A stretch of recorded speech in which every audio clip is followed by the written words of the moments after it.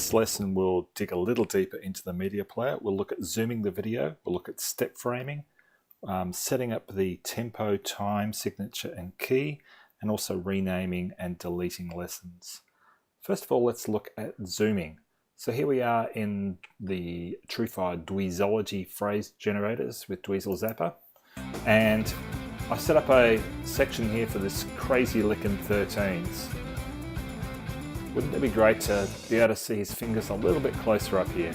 So let's zoom, say to 2 times, 2.5, and I can scroll. And that's really all there is to it. Just like anything else, if I go to another lesson and come back, the setup is still there. Everything you set up is retained for you. Step framing.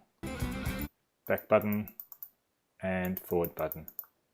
Just one frame at a time. Helps you see what's going on with these fingers.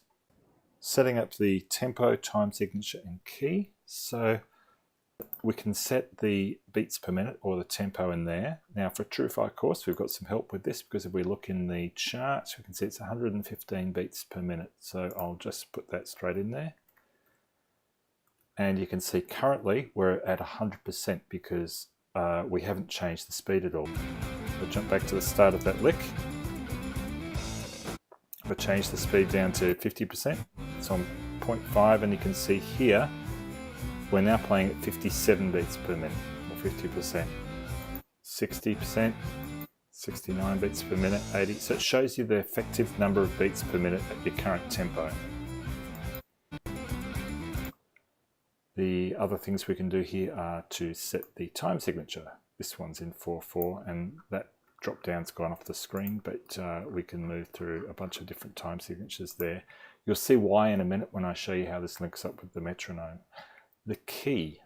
So at the moment, again, let's have a look on the chart, and there's no sharps or flats. It sounds minor to me. We seem to be in the A minor key here, so I'll just put A.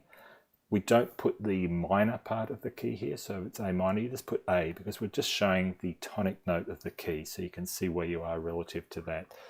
Okay, so if I now change the pitch, so let's go down a semitone, A flat, G, or we can go sharp. Now we're in B flat, now we're in B. So if I change this performance tempo to, let's say, 80 and the time signature to 3/8 and I go into the metronome, you'll see it's picked up those settings. Last thing I'd like to show you here is we can change the name of a lesson, just lesson edit name, and you can type the name here. If you've imported a course like a TrueFire course, then the names are usually pretty good. But let's say I've created a course and I've got an example here with my band songs, and all I've done here is drag in some MP3s. So the name of this one is not that user-friendly. So I could go in here and just change it to You Shook Me, and it's just a bit easier to work with. Last thing I can do here is delete that lesson, and now it's gone. Okay, we'll see you in the next lesson.